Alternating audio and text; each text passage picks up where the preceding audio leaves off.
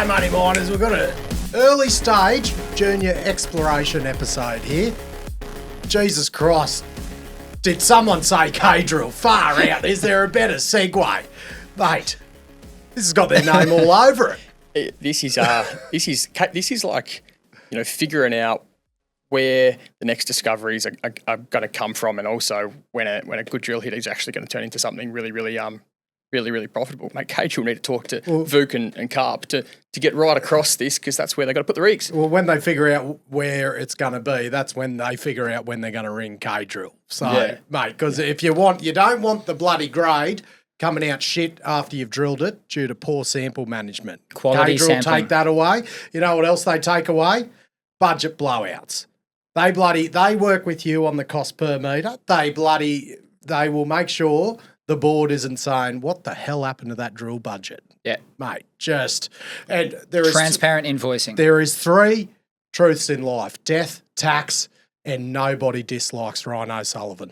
That is he is the greatest man in the world. Give him a bloody yell. Righto. Who we got, boys? We have CrimsonCarp, who we're going to call Carp or CC for short throughout. He writes a Substack, Geo, Aussie-based.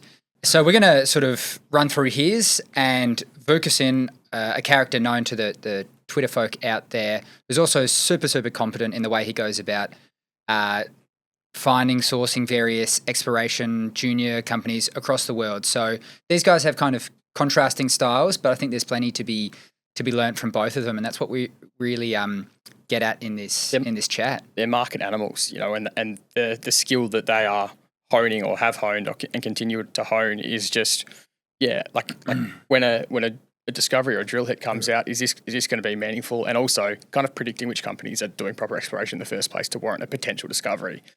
Clean up that watch list to start with, and then you can sort of understand their different styles, getting in before the discovery, waiting till the hits come out and jumping on. It was interesting to have them both on at the same time and hear the differences from 2 people who are quite good at it. Or getting out before the hits come out. Whatever gets the job done. That's another one. Righto, let's get into it then. Righto, Money Miners. We've got a wonderful conversation that we're about to have with 2 people we've kind of come to know in recent history. One Vukasin, and Vuk is a character that I'm keen to bring his voice to the podcast. He's done about as much as anyone I can think of to get up to speed on geology, and focuses so much of his time trying to figure out the where can you actually have alpha in early stage exploration, even though he's not a geo, but when he sounds and talks and speaks, he kind of convinces me. And alongside him, we've got CrimsonCarp, who writes about Geological Alpha under that pseudonym for Substack. CrimsonCarp, or we'll call him Carp for the remainder of this conversation, is a geologist, and spends a lot of his time trawling through the ASX announcements and finding alpha on the first drill hole. Vuk has a much more kind of TSX focus, which we'll tease into, and I know the 2 of them spend a lot of time talking to each other as it relates to those geological alpha opportunities. Thank you so much for joining us, Carp and Vuk, on Money Mine. Thank you guys for having us. Pleasure is all ours. We're keen to talk to you for a bunch of reasons, not least of which is I kind of just want to learn how to do what you guys do. I mean, we cut our teeth on the finance side of things. Matty covers mining, but we definitely have a weak spot on the Geological Alpha. But we all know that's where the real money in this industry is made, is when you're onto a good thing early. Is for you guys the equation to focus your time on that? Is it as simple as this is the best return on investment of your time you can have? PC, you want to go first? Yeah. I think in my case, I just sort of worked out I sucked at everything else. So it's sort of like, okay, I kind of went through, 10 years, 15 years worth of trading and playing with the sector, and then looked at what worked. And it's like, okay, well, what worked was buying discoveries on the day. And I just sort of said, okay, well, let's optimize for that. And, the other part of it was sort of the appeal that 1 in 1,000 prospects will become a mine, and that sort of pays for the entire industry and everything that's otherwise loss making in exploration. So just sort of went, okay, well, I'll just buy those, and then yeah, it'll be sweet. And yeah, never made a mistake or had any troubles or lost any money, and obviously that's a joke. So yeah, it took a long time to learn, all the tricks, but yeah, that's essentially it. Vuk, why don't you share a bit of colour on your style? Because we've spoken a bit in the past, and it does differ a bit. You guys go at the same sort of style, but from a bit of a different approach. 100%, and I think CC has a big advantage on me and pretty much all of us here with a really strong geological background. And before just diving into this a bit, there is one detail that you might want to highlight here with regards to what's the best way to make money in the sector, right? Well, the best way is usually not hard work, man. It's usually to get the cheapest paper and be the earliest one in a certain deal. Usually on the private side, and then looking to take it public a year or 2 years later or something like that, or be a project vendor, right? But if you're a market animal, then you should prepare to do some hard work. And so basically, my approach is very, very similar to CC's. We do have certain differences, and I'm saying this with utmost respect. And I think boiling down our strategies to just yes, it is nice to put it simply, like just buy on the first day or the discovery, or buy pre-discovery or anything like that. But the word discovery can mean different things in different circumstances, right? And it is actually, in my mind, what I actually look at is in very rough terms, like skiing where the puck is going, right? And you can have certain situations, certain companies that are certainly in certain situations, depending on their valuations, depending on their stages of development, where the market is asking a different question from that company. And so if you can predict that the answer to that certain question at that certain point is going to be positive, then your stock is likely to do well, right? A very blunt example would be a nano cap, 5 million market cap, drilling let's say a very good looking target, right? Is the question at that point, like, is this quote unquote discovery that we're about to make going to be a mine? Or is the question that the market is asking, is there anything here at all, right? You just need a sniff of something for your stock to perform well. So yes, sometimes you're in the business of actually figuring out if something can be a mine or not, but actually in the majority of other cases, you're in the situation business of figuring out, or is there going to be a positive event for this or a catalyst for this instrument that I'm looking at, right? And I'm just speaking strictly in finance terms here. So yeah, that's the way I say it. You just looking at what the actual question is for a certain situation and figuring out if you can quote unquote predict. And when I say predict, is assess the probability of the outcome going into your favor. If you do not have an edge, and this is usually a geological edge, right? We can talk. We're surely going to talk about it a bit later. Which type of geology is quote unquote predictable? CC has actually some on his Substack has some really good historical examples where he shows that when you go retroactively, some things were absolutely obvious in advance and other things were not obvious at all. So let's talk about that, Vuk, because I know you, from our conversations, your focus is on copper and gold. You think that's where you can actually have an edge here. Why? Well, first of all, my personal bias towards copper and gold is the macro backdrop. Not that I'm some kind of macro guy. I'm not going to take your hand now and tell you about the green revolution or the dollar going to zero or anything like that. It's just that for whatever reason, we seem to be in secular bull markets for both teams, right? And when you are in a sector that is as cyclical as mining, you better hope that you have the tailwind of the cycle behind your back.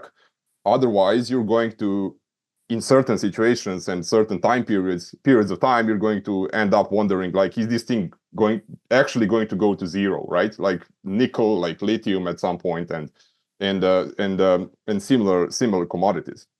So the problem with that is if you are using companies to bet on the underlying commodity, even if you get the discovery right, not necessarily discovery, let's say a situation right, you actually figure out the potential alpha play in a certain stock, you're likely not going to attain the returns that you quote unquote deserve if you do not have, or at least if the cycle is not neutral behind you, right? But if you do not have the tailwind of the cycle, if it's going against you, you're probably not going to do that great. And I mentioned this at another podcast. You can see, for example, Q2 Metals, actually a massive lithium discovery in Quebec. Very similar to battery metals, but it just doesn't have the tailwind of the cycle behind it right now. And people who were early in it have not been rewarded extremely well so far, right? But if you look at the last, I would say 4 or 5 years, if you made a serious copper discovery or just had a perception of it, or having a serious copper discovery, your stock would have done really well, irrespective of you know if you were listed on the TSXV, on the SX, irrespective of whether copper was $3.6 or 4.5, right? So that's my personal bias number one. Let's call it macro. And the second bias is the geological one, where first of all, copper and gold are related geologically, right? And yes, I'm referring to porphyries here mainly, and the Australian audience will probably going to be thinking about IOCGs. But if you were to put these things into just one basket, you would call it intrusion-related geology, right? And why I'm personally biased towards this is, well, you could say math, and when I say math, I would simplify that as I guess predictability, right? Because when you make let's go with a simple one. When you make a porphyry discovery, if it's a good solid fertile system, from maybe even 2 or 3 drill holes, you can hang your hat onto the fact that you have the tiger by the tail, right? Once you step 50, 100, 150, maybe even 200, 300 meters into a certain direction, you're not praying to God that the system is still going to be there, right? Unlike drilling, say, orogenic gold or similar geologies where the inconsistencies, the variability of those geologies are significantly higher. And then there is the later risk of developing it, figuring out what it actually is in terms of the resource, what the actual grade is, and so on and so forth. So yeah, those would be the 2 main things from my end. CC, just to throw over to you quickly, have you got commodities or particular deposit types or styles that you prioritize in your approach? Yeah, there's certainly things I like, and that changes over time. How much macro impacts it, and it's probably a fair bit. Don't have a huge interest in lithium at the moment, but the other side of that is really a matter of those systems that can produce very high grade, high margin ore bodies. So for example, something like a nickel laterite, if you go out there and make lots of capital investment and build out what's happened in Indonesia, you can probably make a lot of money. But if you're talking about a junior as a speculative vehicle pursuing that sort of ore body, it's kind of difficult. So yeah, in what I look for, it's generally those ore bodies that can drop in those lowest cost quartiles. And there's certain deposit types that are amenable to that, and there's certain deposit types out there that just aren't. And this goes across all commodities. Sandvik Ground Support keeps the roof up across all commodities. That's another thing across all commodities. Doesn't matter whether you're mining the shittest ground in the world, Sandvik have the bolt for it. There'd be no explorers to even play about with if Sandvik didn't support the whole industry and make these mines possible. Oh, mate, have you two ever known so much about bolts in your life? More than I ever thought I would know, Matty. Thanks, Sandvik and Derek Hurd.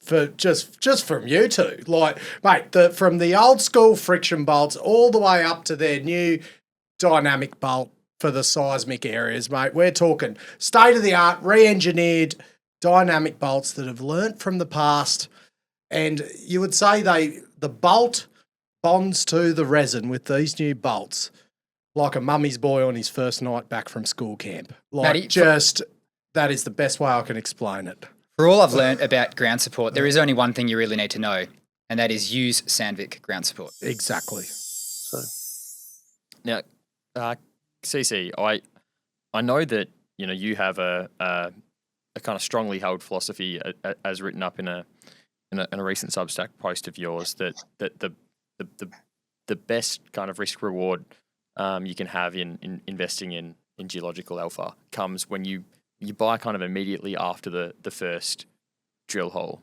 And other people in the industry might have a different view on you to this, but I'd love to get your perspective on why. yeah, certainly. So I mean, if we look at any junior resource company, they're out there, they're doing exploration. It could be good exploration, could be bad. It's putting the qualitative question aside. I mean, what they're doing is they're risking capital to provide a discovery, and they're ultimately funding themselves through dilutive raisings, right? And it's in effect, in the absence of a discovery, a value destructive enterprise. Now, one of the things that happened to me once is I came across a an Excel file in which I essentially reviewed the entire ASX, every single company, right? And I ranked them from best to worst. And what I found is I came across it about 5 years after I made it, and I found that about half of the companies in the top 10 that I actually placed there had made discoveries. So the thing was, I clearly had an edge. I discovered I had an edge in defining what a really good exploration company looks like.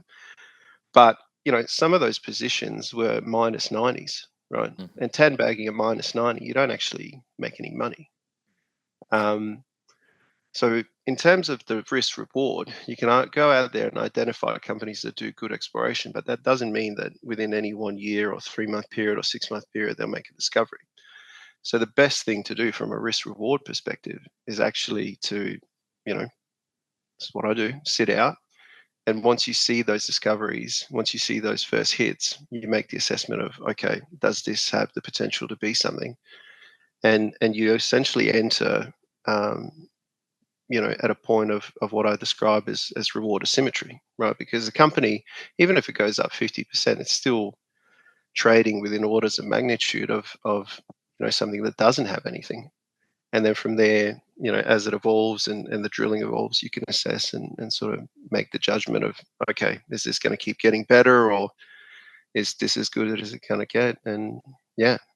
The minus 90 that you had on predicting kind of exploration success, so you'd buy a junior and it would go down minus 90 before having the discovery. So it had to 10 bag in order to even break even.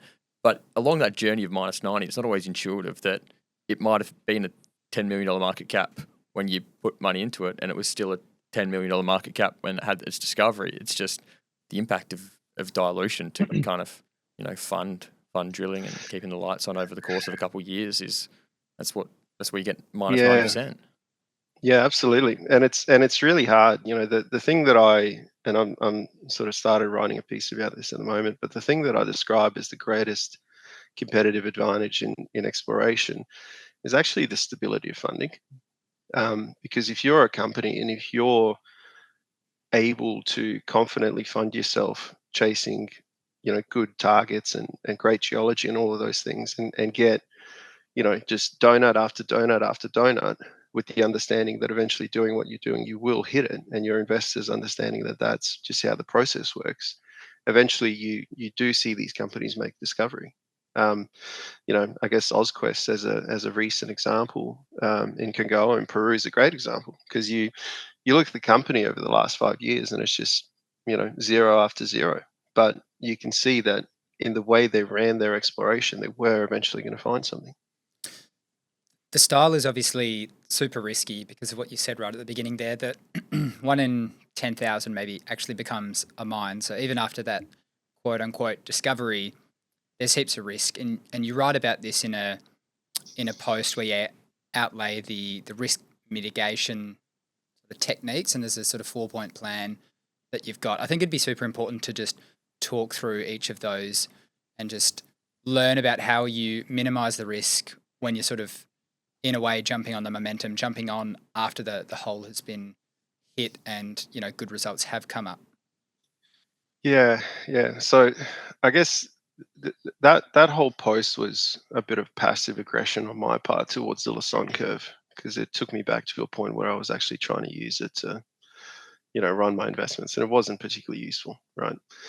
And ultimately, if you're sort of in this very early discovery space, what you need to recognize is that, even though someone calls something a discovery, it's there's different kinds of discoveries, and that's why I sort of make mention of something in there called the discovery spectrum, right? Which, it could be a really obvious big discovery, or it could just be, a flash in the pan that once you follow it up with a couple of drill holes will turn out to be nothing. So the way I sort of imagine this is you'll get that first drill hole, and then that will spur the share price. But until the company goes through these gateways of actually proving that, okay, this hangs together, the grade is half decent, and all of these different factors, you're constantly going through these gateways. And this is something I've done, if you actually look at, how many companies have that initial blip and then carry on to a secondary blip going through these gateways, it's something that, fits, power law distributions and statistics. It's all Pareto distributions, which, 1 in 10 that has an initial discovery will go through the next stage, right? So then you need to think about it in terms of, okay, how do you manage your portfolio, or whatever amount of money you set aside for this type of investing, right? And the maths is pretty brutal, because, let's say you're talking about that initial discovery, and post the initial discovery and that first peak, you've got about a 9 in 10 chance of a 50% plus drawdown, right? So your portfolio goes from 100, 50, 25, 12.5, 6.75. But if you put much higher risk tolerances on there and actually sort of take a little bit off and put a lot more on once things are confirmed, the arithmetic goes 10, 100, and so on. So you can actually, in terms of a wider portfolio, have greatly different outcomes depending on how you take care of that risk mitigation. Vuk, I know you have a maybe a bit of a different view on the opportunity set to capture exploration success from discovery. And I know your portfolio, you've got a few positions where, the company you think is highly prospective to have a discovery rather than has one immediately. Where do you differ to Carp? Right. I was listening to this very carefully, and there are a couple things to be said. If I may make just a small digression, it's very pertinent to what CC just said. CC, you were ahead on your Substack. You were ahead of the recent OzQuest discovery. I don't know if you had bought the stock. It doesn't even really matter, but it was clear, and I was commenting on this to you, that it was a pretty beautiful target there in Peru. There were plenty of reasons to be cynical about it, right? But cynicists don't win at this business. And would you say that at whatever it was, 5 million Australian or so market cap, would you say that before the recent news came out that it had been obvious that they would put something out that was tangible and that would bring the share price up? When I say obvious, let's say 50% plus probability. Yeah, no, it was obvious they would hit something. It wasn't obvious that they would hit something as, I guess, big as they have. Yeah, you mean continuous, right? Yeah. Yep. Okay. That's I can definitely agree with that. But I would just highlight that's I think a situation, a very good recent situation. By the way, I did not buy the stock. It's on the ASX. It is something that I would have to watch pretty much every night, and my bandwidth has been quite packed recently. So I did not buy it on that target. But it's a very good recent practical example of the question being posed onto that stock by the market, onto that company, not being, is this a mine? Is this the best poultry ever? Is this, escondida? That was not the question at all. The question was, is there something here at all, right? And the answer was yes, and there you go. That was the performance. So that's one comment. Another quick comment I would have, what you guys brought up with regards to all the dilution that happened and all the donuts that Ozquest had put out in the past. I had not been following the company, but when you just open the 5-year chart or a longer term chart, let's say 3 years, even 2 years, you would see all the dilution. You can see that the stock was consistently going down, right, on a per share basis, obviously. So the way to avoid this, in my mind, and Trav, I'm just bouncing off of what you briefly mentioned, is somebody would have in the past, somebody who likes these guys, and I don't know the Ozquest people. Somebody, let's say 3 years ago, would have pitched you on betting on this great group of geologists and people that they were going to find a discovery somewhere at some point, right? And it would have been phrased to you and pitched as a people bet, right? And this is actually the very one of the very again practical examples why I don't really like, quote unquote, betting on people, right? Because it's not just about people in the business, and people can't bend rocks. And they certainly can't bend share structures. And yes, there is some financial alchemy that can be done from time to time, but you can't really bend reality. And so let's say 3 years ago, if Ozquest did not have as compelling of a target and as cheap of a valuation as it had recently, right, with this Peru target, why would you even have considered that in the past, right, Trav? So losing, sitting in that, getting an 80% prolonged drawdown or a 70+% or whatever, let's call it even 50% plus, it was avoidable. So I'm just touching on those things. And with regards to CC's approach of, quote unquote, buying on the first hole, and maybe if I may call it chasing up, right?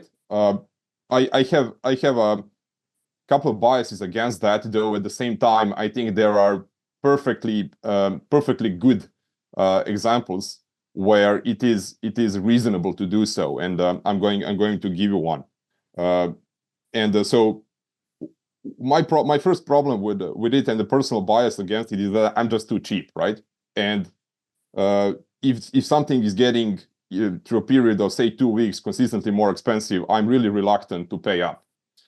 Yes, this can result in missing stuff out, but it's just a personal bias, and I'm perfectly aware of it. Second of all, I started doing this years ago, couple of years ago, because, and I picked mining because I realized I wanted to get into finance, right? I have an engineering background. I wanted to get into finance, and yes, of course, I have my own portfolio as well, but whatever I do and whatever I learn, I do with the intention of being useful to some more serious people and bigger portfolios and more serious people in the business, right? And my problem with buying on the first call is that it is not replicable for serious portfolios and for bigger tickets, right? How do you use that strategy when you are not even that big, let's say $100 million fund, right? How do you build a significantly sized position in a basically a nano cap when it already has a catalyst and everybody else is looking at it and there's money flowing in? So it's a perfectly good strategy for us plebs, right? We have relatively small portfolios. I mean, I would say for most retail guys, maybe even I'm now maybe have decent size, right? But in serious business, it's absolutely peanuts, and you can swing around even 6-figure positions relatively easily, right? Sometimes, not always in nano caps, but low 6 figures, of course. And so my again, problem number 2 is it really replicable in serious business, and is it serious business in the first place, right? Do I really want to be chasing something up? And if I may play devil's advocate to myself here at the same time, there is this, as I said, I was going to give an example. There is a perfectly good set of circumstances where you should be actually chasing up, and it's actually completely justifiable to do so. And I think it is success stories that already had a lot of credit given to them in advance. And what I mean, well-promoted companies that, I mean, it can happen, like even the stocks that get severely pumped by whatever source of promotion, can actually be very legit companies and have very legit assets. And let's say that on top of all that pricing or valuation premium, you actually get a real success on top of that. The stock is just going to keep going up, right? And that's in my mind, that is the point where you should overpay and you should chase up.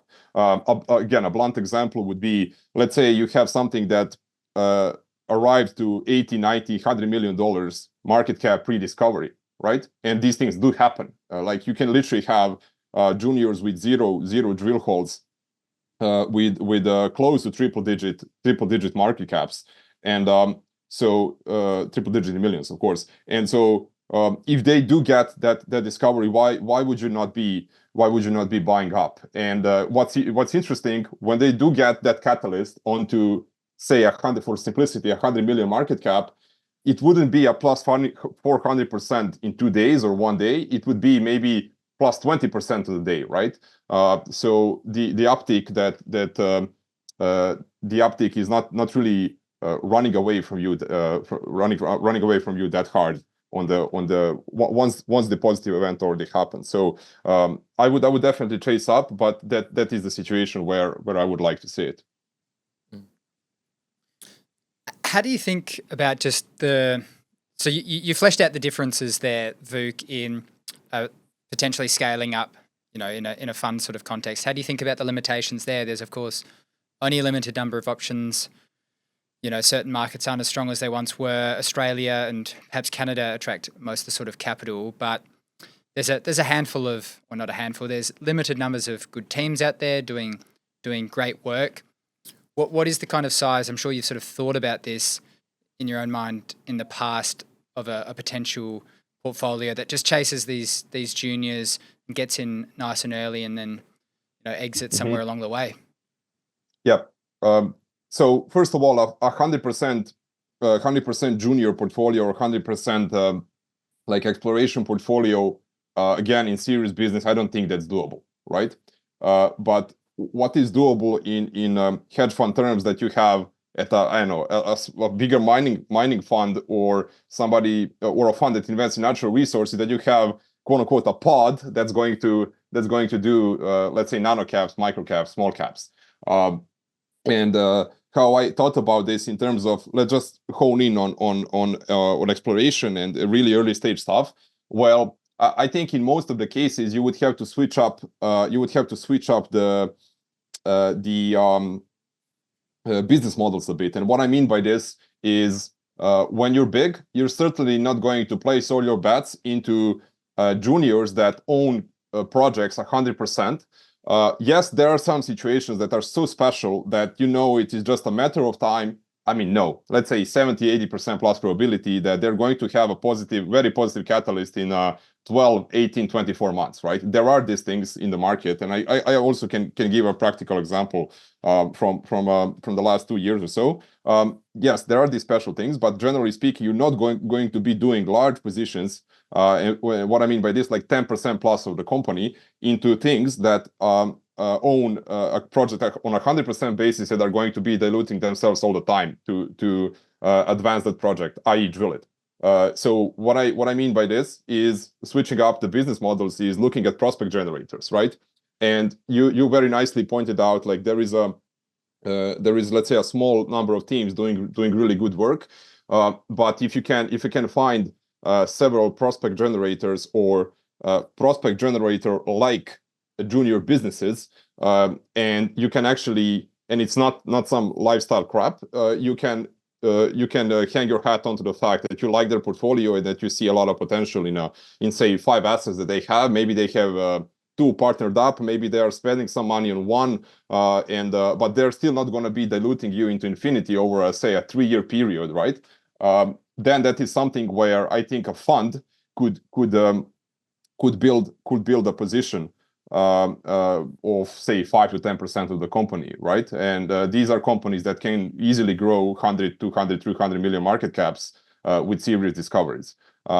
And note that I didn't say here just bet on the people. I said actually look at the portfolio, right? Because there are a lot of these situations. Not to get into the prospect generator model too much, but it is a kind of a praised model because quote unquote, those other people who are there in the company are going to do the work for you. They're going to find a discovery, and at the same time, great deal. They're not going to dilute you. But what tends to happen, and what I have noticed, is that these things tend to just become not so obvious lifestyle vehicles, right? And they go on for, I don't know, 3, 4, 5+ years without actually doing anything tangible, and not having a flagship asset even. They're just wheeling and dealing, right?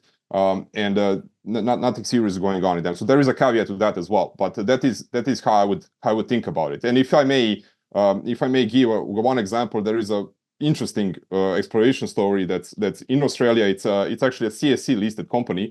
I don't own it, and I don't even know if we have it in our database.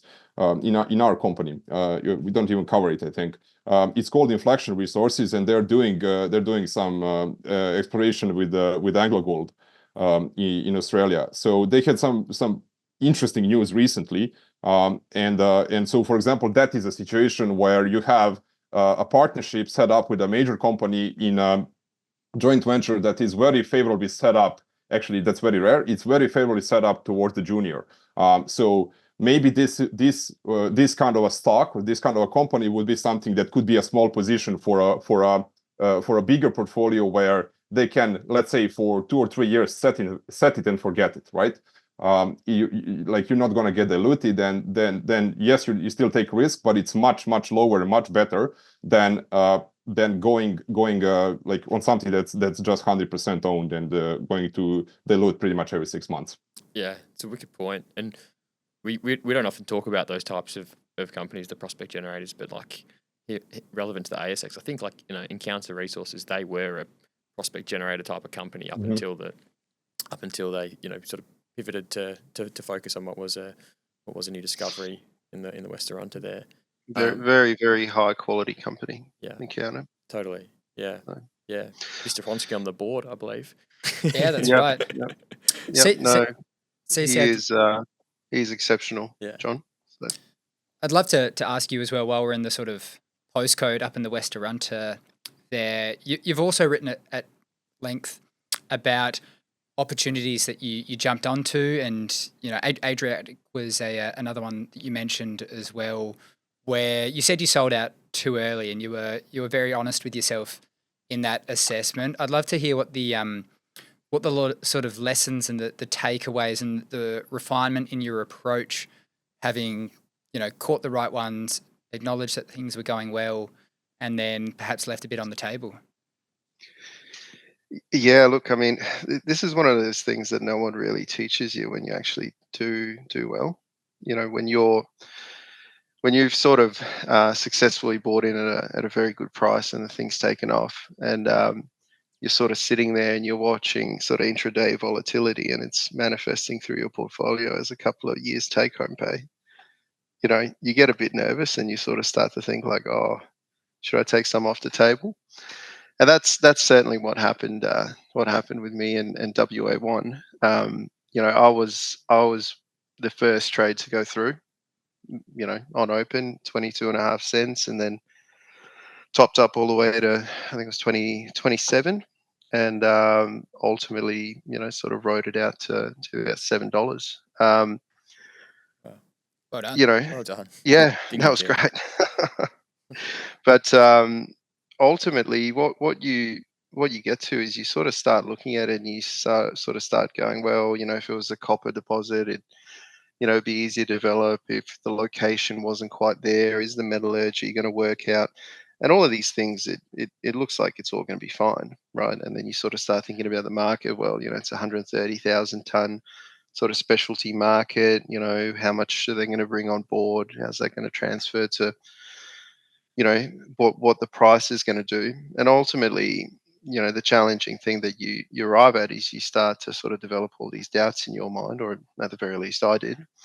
And you just sort of go, well, I'm going to cash my chips in. I've done well, and then I'll wait for the next one. So Yeah. What are I'm just super curious to get how the both of you, when you see like an initial announcement pop up, and a lot of announcements say new discovery, but like what are the characteristics that you really look for to have the confidence to then buy stock? What's the process as well? Let's start with you, CC. Mm-hmm.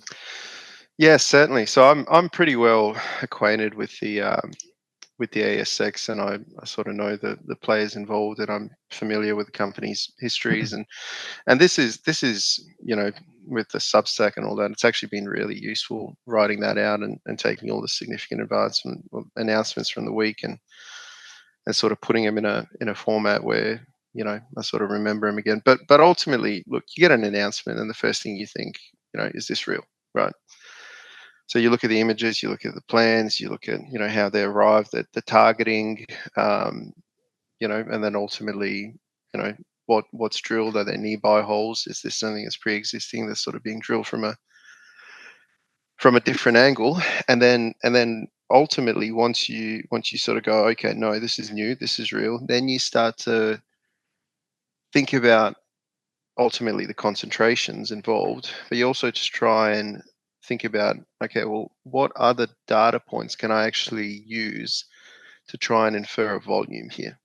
So to use WA1 as an example, that was a gravity anomaly, right? So they're out there looking for OCGs, dense material, throws a gravity anomaly. Okay, we're going to drill it. Ultimately, they drilled into a dense carbonatite, and I think I can't remember what the initial intersect was. I think it was like 54 meters at 0.63 niobium pentoxide. And then, if it's a weird commodity, the first thing you do is you convert it to something you understand, which is, gold or copper or whatever. And I think at that point, that sort of came out to be like 5.1 grams gold equivalent, and then straight away you go, okay, well, this is a big deal, right? And then you go, okay, well, are there any other drill holes? Okay, there's some drill holes over there. They appear to have pierced the same gravity anomaly. They're getting similar results. And all of a sudden you start to go, okay, well, this could be quite big. This could be quite significant.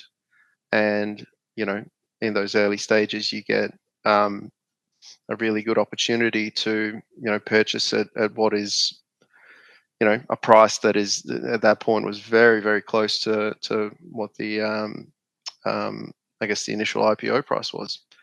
But the other aspect of sort of keeping track of these announcements and the discoveries in particular is, it's very honest with anyone's capability to actually predict where the next discovery is going to come from. And perhaps in my case, given that, I'm so Australia and ASX centric, everything or most things of consequence that are happening in Australia are actually happening undercover. And in those sort of instances, you don't have huge numbers of data points to actually try and interpolate and extrapolate out to a discovery. 100%. So it creates this really interesting setup where in Australia, you can have all these companies that have $4 or $5 million market caps going out and drilling, blobs on a geophysical image. And yes, most of them will turn out to be nothing, but some of them will actually turn out to be ore bodies. So you have the dual combination of extremely low entry price and the potential for huge discoveries. Touch on that further, Vuk. I mean, what CC brought up just 5 seconds ago, it's those are examples, and ASX is actually, I think, is much more abundant in these things. Just because of the geology, where you genuinely don't know, right? But you can maybe make a watch list for yourself of 10 to 15 names that you think are doing significant work and significant programs that may or may not amount to something, right? So at least you are getting, you're doing some work that's going to put you ahead of the herd, right? You don't know you generally don't know on an individual basis here. So I 100% agree that in these cases, these things are not quote unquote predictable. It's just how it is, right? I would just take one step back from that as well. And CC mentioned the question of that he asks and poses: is this real when something happens, right? And what I personally like to do, and this might just be just again a personal bias. I like to do all of this work in advance, right? And what I mean by this is just a lot of this game is guessing. We're basically trying to guess probabilities when they are guessable, right? Not in this case that we just mentioned, but what you're doing actually, you are positioning yourself to get lucky. And if I also may touch on what I just talked regarding fund strategies and maybe bigger portfolios and whatnot, I believe there are many situations where many companies that are completely unloved, not in terms of just not having a $20 million budget to drill whatever they want. I mean, like they don't even get attention. Like nobody even asks them what their ideas are or what they want to do, right? So in my mind, what for example funds can do, and this is not what the sell side in this industry does in any regard. What the funds can do is build relationships with teams and companies where they may not be able to get a position immediately or want to get a position immediately, but you can let's say make a list of 20 names where you see that are all nano caps, that where you see and 20 is a stretch at this point, but let's say 20 where you can see the real work being done, huge potential, very low valuations, and they have, let's say, $1 to $2 million financings, right? So a serious fund wouldn't care, but mining fund at that point. But what if they do have that positive catalyst? If you had already built a relationship with the guys, maybe help them with sharing their story and whatnot, then you would be the first in line to get into a financing once they do a bigger one, right? So that is some work as well. So you're positioning yourself ahead of time, I definitely believe that there's a bunch of these companies that nobody even asks them what they do, right? So that's one thing. And just on a personal level, as I said, positioning yourself to get lucky and doing all of this work in advance. And so barring from these, let's say, extreme examples where you actually, like, it's so deep undercover that you generally don't have an idea of what's going on. It's just it's literally just a blob. There are instances where you can have your certain suspicions that something could be special or could have that positive answer to a question that's being asked of the company. And what I mean by this is, and this is very, very dependent on location, and CC may want to correct me on some of these things, but I gave this rough example in a recent podcast as well. For example, if you're looking at, and this is a mature district at this point, but if you're looking at, say, early stage copper targets in the Carajás district in Brazil, you wouldn't consider a 500 ppm copper anomaly. And I'm just talking about copper soils here. I know this is very, very rudimentary, but let's just simplify it. You wouldn't consider a 500 ppm copper anomaly in soils that's significant. If you talk to geos who work there, they would tell you like 1,000 ppm plus, which is 0.1% plus in soils, would be considered something, hey, we should definitely drill this. It is a coherent, say, 1 kilometer blob of this, like this could be nice. But if they see 500 ppm, they're not going to get excited, right? While on the other hand, let's say that you had a 500 ppm very coherent blob with all the following geochemical characteristics for a porphyry deposit in BC, right? While if you were trading at, say, 4 million Canadian or whatever, and you have that kind of a target that had never been drilled in the past. By the way, this basically doesn't exist in BC. But if you had that, like, what would be your expectation of getting an absolute zero from the first, say, 4 or 5 drill holes, say first 5,000 meters of drilling on that target, right? So again, my point with this is just that there are situations where you can have your suspicions that something could be an oddball among a sea of other targets, and this pertains to the I think it's actually exactly what CC said regarding the power law and Pareto's principle. But you can take this, you can invert this and say that the math. I mean, this is how it goes generally in mining, like in the whole business, not just in early stage exploration, where it is much easier to quote unquote predict that something is a zero than to predict that something is really good, right?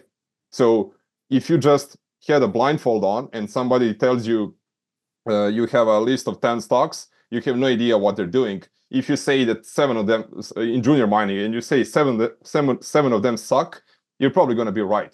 So this is the very reason why I think cynicists and people who are just jaded from losing money in mining for years and years don't really have success. Like you need to be an optimist. You need to see the upside, not at all times, not be unreasonable, but you need to have a positive attitude, right? Because it's very easy to be negative. It's very easy to find flaws in literally everything, and very easy to find reasons for failure, right? Yeah, I went off on a tangent there a bit, but that's basically what I think off of that. Yeah, you have to be really, really well tuned in terms of that balance between reality and optimism, because Yes. not everything you ever see is going to turn into a great ore body, but some of them will. Yep. And being able to spot those signs of, okay, this is going to be a big ore body, is a really, really difficult skill to master. Yeah. And the other, but it's doable. It's doable, right? You would Yeah. agree that it's doable. Yeah. It's you can it's get not better at it. easy. I don't think you can Yep. perfect it, because it's 100%. Yep. yeah, every single one of these discoveries just has so much situational uniqueness in it that Yes. they're almost uncomparable. Yep. And to your point earlier, like every tiny geochemical anomaly can, in the right circumstances, be the manifestation of a great ore body. Yep. One of the things that I wrote about was the discovery of Gruyere, and the things that you saw there is when they went out and did the I think it was the Auger Geochem, a target south of Gruyere called I think it was Yam 14, was actually throwing up anomalies that were much stronger than Gruyere itself. But in that particular circumstance, the geologists worked out that this anomaly over Gruyere was actually penetrating through sterile Permian sandstones, and they upgraded it much more than they otherwise would have. Yep. And the other anomaly ultimately just turned out to be sort of supergene enrichment of what was low grade mineralization. So there are huge amounts of sort of Context. situational uniqueness, and that's why you kind of have to go out and test these targets. 100%. And this is exactly why I said that just bringing up, say, copper soils in the Carajás district, only that is like a very rudimentary, rough example of what I meant to say. There is a you brought up what you had on your Substack. There is something that I have been mentioning to multiple people, including Travis the first time when we talked. I brought up the Kokose discovery in Namibia that was made by VIA, right? And I think that what you covered regarding Kokose was, I think that's a textbook example of something that was. Let's not say that you couldn't know that it was going to be, say, 2 million plus 2 million ounces plus in advance, like that, or at a certain grade. Like there's no way to know that, but it was very obvious that there was a discovery shaping up there before any drill holes happened. Absolutely. So that would be an example, and there is also a very significant gold ASX success story that has been progressing in Guinea, in West Africa. And when you retroactively go through the data, go through the geology and what the guy generated there, you would have seen that. And by the way, this discovery was officially made kind of before my time, but not too long ago. Obviously, it's predictive discovery, right? In Guinea, and if you went through the data, It's yes, exactly. But very interesting. Yes, 100%. That's exactly what I thought when I reviewed it, and I'm gonna tell you in a moment why I was reviewing it in depth. So when you go retroactively through what they were doing, and how that was like, you literally can go just news release to news release, and you can look at the numbers, you can look at the data, and like it was obvious that yes, you couldn't know again, you couldn't know that it's 5 million ounces, right? But it was very obvious that once you drill, there's a high probability that you weren't going to get a zero out of the holes, right? And if I just may give another rudimentary example, and I'm going to go into a bit more, slightly more detail, for example, with Ivory Coast. In West Africa, the general rule of thumb that I have noticed so far is that if you have 100 ppb, which is 0.1 gold, 0.1 grams per ton, if you have 100 ppb soil anomalism, very nice, continuous. Yes, this depends on the host rocks. This depends on the geology, on the geological intricacies, of course. But if you have that 100 ppb anomaly, generally speaking, in West Africa right now, the likelihood is that once you drill, you're not going to be turning out dusters, right? Yes, there is still significant risk for continuity, for this, that, but you're likely not going to be turning out dusters with that kind of anomalism tenor. And again, I'm just simplifying. And by the way, the reason why, if I may just bring up, I'm going to bring up a company. Yes, I own this, but the reason why I'm bringing it up is exactly because of this predictability factor that we're talking about. The reason why I was reviewing predictive really in depth is because there is a TSX Junior that is on the same structure in West Africa. Okay, I'm not even going to bring up the name. That was on the same structure in West Africa. As Predictive's Bankan project, right?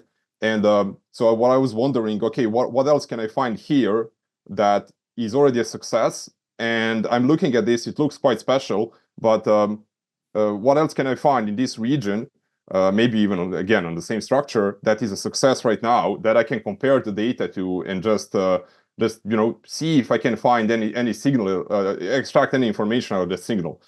So when I reviewed predictive and I saw the numbers, then I compared it to the numbers on this other junior. And by the way, this junior was trading when I picked it up for the first time, it was, and again, I'm not bragging here, I'm just talking about the predictability of this, right? This was a very special situation. So they were trading at 3.6 million Canadian with a very shitty management team that run the company into the ground, but they had a joint venture with Newmont on that project, and they had other licenses around that joint venture as well.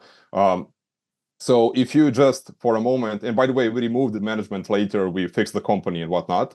And when I say we, I had a bit of a role in that, but that's a completely different topic. So what I'm saying with this, when I was pitching this, and trying to find people to literally put some money in and first of all get a CEO out. I wasn't this aggressive, but in hindsight I should have been, and in the future I'm going to be. But this was easily for me. Yes, this may sound like I'm a moron, but 80% plus probability of making a discovery on that license, a real discovery. Like, I'm not saying 5 million ounces plus. I'm just saying something that's going to amount to a deposit, right? And there was that abundance of really strong targets and some special factors like discovering copper in West Africa, which hasn't been a thing so far. Interestingly enough, there is some copper anomalism in Bankans because it's an intrusion-related deposit. There is some copper anomalism and moly as well, moly, bismuth, that kind of stuff at Bankan. So these things were very comparable, and you could see plenty of similarities between Bankan itself and some of the targets on this joint venture license with Newmont, right? You've listed three companies there, Vuk. Two. And, No, Two. between Yeah. Awali, Yep. Predictive, and we are, and I can think of Okay, there's you brought up more than just the geology. I can think of a common shareholder right. across all three as well. Yeah. Look. You brought up the name. I didn't want to say Awali. I don't want to overstep my welcome, right? I just don't like just pumping my book a bit too hard. But so as I said, like that one in my mind was super predictable, right? And what was funny and so special about that situation, yes, you could say, come on, like this joint venture is super annoying. Juniors don't really end up with a lot in hand, by getting into a partnership with a large partner. But again, this was in a superbly ideal situation for especially for a small investor. And maybe we can talk about the potential for bigger ones, but let's not, talk about the value only. But it was a very special situation because you were trading at literal zero, with somebody else spending money on your project, where you could see that there was a discovery coming one way or another, right? They already actually had discovery on one of the smaller southern targets, but the other targets were undrilled at that point. And like trading at 2.5 million US market cap, that's absolutely ridiculous, right? And that happened for other reasons, of course. Like it got run into the ground by previous management. That was also a very tangible problem, but it was fixable. You can bend people, you can't bend rocks. Yeah. No, I do. No, please. Oh, you go, Carp. No, I was just going to say I really do enjoy a good exploration setup when a major's footing the bill. Particularly when they're bringing in expertise as well and all of that. So in the case of why it was predictable that we would have a discovery, that Predictive would have a discovery, and that Awali would have a discovery, was it that 100 ppm anomaly you were talking about? That's the defining feature that is kind of like why you were so confident, or are there other factors that were kind of evident? I think there was an auger hole that finished at like 10 meters at 5 grams or something. Right. I can't remember what the exact numbers were. CC, we are talking about Bankan here, right? Yeah. Yes, 100%. There was an auger hole with 5 grams plus. Yes, I remember that. I remember that in the data. It is there was an auger hole. I don't know how long, but a small hole with in the best part of in the bullseye of the target, there was a 5 gram plus one, basically from surface.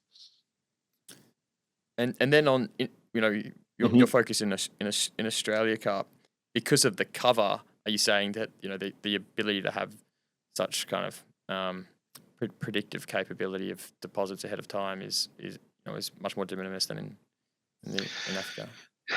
Yeah, I mean it certainly varies by the deposit type, but if we kind of go through, I mean, what can we look at in the major, the lithium stuff, that was all kind of outcropping and known about and whatever. So that's anomalous for Australia. But if we look at the big gold discoveries in Australia, if we look at Tropicana, if we look at Hemi, if we look at Gruyere, they're all essentially undercover discoveries that were done on. It's funny when you step back and you look at who was involved. A lot of these, So I watched an interview with John Hronsky, who was talking about doing nickel exploration and finding the Tropicana gold anomalies back in WMC days. And then if you go look at the targeting that was done for Gruyere, he was involved, and Doug Haynes was involved as well. So these, I don't know if these names mean anything to you guys, but they're big shot geos that have made previous discoveries. And then certainly up in Hemi, the likes of Odysseus, I think his name was. Yeah. He discovered Jundee, and I think it was a few of those ore bodies. But really, in all of those cases, it was looking at belt scale architecture, picking places where you think deposits could form. Where those spots of maximum heat and thermal and hydrothermal fluid flux could be. But then you had to follow it up with air core, where you couldn't just go over the top and or in the case of Gruyere, it had to be RC because you had to go through the cover, right? Now that's orogenic gold systems where you don't have these whopping big geophysical anomalies. Certainly in IOCGs in South Australia, you do have them, but you get a lot of false positives, and then it really does become a case of, okay, well, the cost of exploration in Australia is slightly higher because you can't just go over the surface and collect that soil sample and have that pick up an ore body. So, Guys, you've been generous with your time. We don't want to take all of your evening/morning, but I do want to fire a couple more questions at each of you as we sort of wrap up here. I'll start with you, Vuk. What are some of the regions or a region you're particularly excited by at the moment? It's funny. I literally wrote a short list of countries I was interested in last night. So that's a very interesting question. I would say Ivory Coast, okay, but everybody knows about that already. I think Colombia, if the early next year's election goes in our favor, quote unquote, is going to get very interesting. There is a very nice success story going on there. I don't own it, but as a country, I think Colombia. PNG, nobody cares about PNG right now. It's very prospective. There are things to be done there. There is some junior activity picking up. There is Guinea. You can surely say Zambia, but Zambia is really tough for juniors. Argentina as well. Also, I think underrated how tough it is for juniors. But let's say Argentina as well, if the recent Milei scandal doesn't blow out of proportion. And yeah, let's leave it at that. That's a good bunch to look at. And CC, outside of the mighty Australia, anything catching your eye at the moment? Oh no, I was going to say Western Australia. Got to be Western Australia. Find a big ore body, you can turn it into a mine. There's a good regulatory framework. I mean, market prices it at a premium. But apart from that, I'm looking at northern Norway. There's a company there that doesn't release too many announcements that is in with BHP, and they're doing oh. Very nice. Yeah. No, I mean they've sort of gone through the process of going from producer to explorer, which is kind of the opposite of. But anyway, now look, I mean they're doing excellent exploration from what I can tell, and it's all big target, big boy stuff that BHP is funding. So looking at that. Yeah, speaking of majors, maybe bring up Kazakhstan there as well. We had recently the news of Robert Friedland going into Kazakhstan with Ivanhoe. So not as contrarian anymore. Everyone's pretty excited about Kazakhstan these days, I find. Agree. Yeah. Luke, one more for you. You've obviously made up a phenomenal amount of ground without having done a university education in geology. Have you got a sort of a book, a tool, kind of hack about how you got up to speed with geology that was, really, really something that stood out from the pack? I'm actually not sure. I'm very happy to share my geology folder with anybody who might ask for it. But so there are books in there, there are graphics, there's a lot of stuff. So the way I approach this is more kind of mosaic, piecing together a mosaic and a shotgun approach of looking at. And a brute force approach, to be honest, where I was literally reading technical reports and news releases until I was able to figure out what it actually says, right?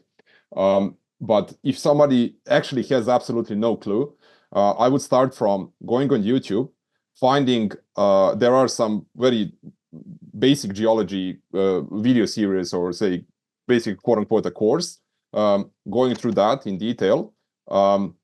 That's step number one. Step number two is there is a Sprott series on ore bodies. It's called, I think, ore body formation or something like that. Yeah, that's it covers the 13 so there is a Sprott or 12-part series or something. Yeah. Correct. Yes, and it's free. That's on YouTube. So that's step number two. And also, perhaps with regards, if I may, pun intended, pump somebody else's book, buy Tom Woolrich's book on basic geology. That's a good one. We love a plug of Tommy Woolrich. Travel show up now. Mate, we've got a great guy behind me. It's right here. Yes. There you go, Tom. Buy your book. Someone told me they bought it after watching Tom on the potty and they read it to their son. And the son became interested in geology. I was like, that's a very happy story. That's beautiful. Yep. CC, one more for you, mate.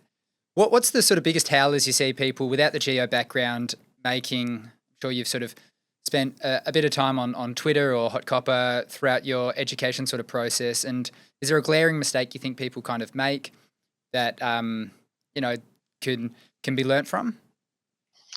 I think it's really important to know where some metals come from, right? Because there's been a lot of buzz about critical metals and things like that, and a lot of them are actually sourced from byproducts of smelter slags and things like that. And I think people kind of that should be a first step when you start thinking about a metal. Just find out where it's actually coming from, because there's a lot of metals that are actually produced as byproducts and not necessarily as primary mines. And if you then start looking at those, you start to realize that, well, let's say we look at this critical metal over here and then there's elevated concentrations. Well, yeah, okay. If that was to be put into production on the basis of a primary zinc or a copper or something like that, then the mine likely wouldn't actually get anything for it.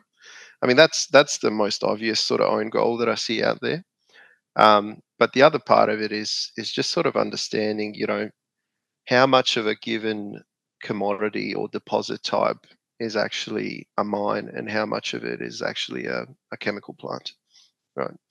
Because if you're wanting to go out there and educate yourself about geology, but you're dealing with something where the majority of the margin and the majority of the smarts involved is actually, all in chemical processes, then you're probably looking in the wrong space. So that's a great bit of advice to end on, Carp.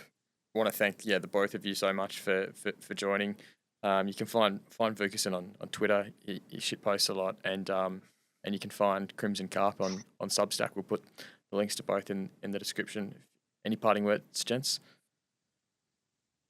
No, absolute pleasure. Thank you so much for having me. No, truly, guys. Thank you for having us. Yes. Wicked. Thanks a lot, guys. This has been great. Hooroo. There we go, gents. A exploration bonanza, Matty. Oh, mate, I've got to stop doing outros without listening to the fucking episode. But I will, because that sounds right up my alley. Listen, all you need to know, Matty, is when you start a mine after you have a massive exploration success, to use Grounded for your site, to use MMS to move any dirt that you want, to use Sandvik Ground Support once that goes underground. Use CRE insurance from the beginning right to the end. Just sleep easy at night. K-Drill, you'll be using them in your exploration stage. Guarantee. WA water bores to rest all your water worries. Put them all to bed. Just put them all to bed. Use WA water bores. You can use them exploration stage. If you don't use them. Swick. Yeah. Underground drilling, you want to kick on, you want to find that next ore body. Swick is the go-to. Just about 18 million metres drilled from the team there. Not yet confirmed, but on the way. On the way. Quattro Project Engineering. These are the go-to. Whatever sort of paste you want to be able to paste, they're the go-to name in designing the paste plants. They can do anything. Cross-boundary energy. Mines don't run without power. Nah, and when you make shitloads of money out of mining, don't waste it. Save $100 off your IMM Underground Operators tickets. There we go. Don't give it away. We're right there. Hooroo. Hooroo. That was the longest outro I've ever done. The information contained in this episode of Money of Mine is of general nature only and does not take into account the objectives, financial situation or needs of any particular person. Before making any investment decision, you should consult with your financial advisor and consider how appropriate the advice is to your objectives, financial situation and needs.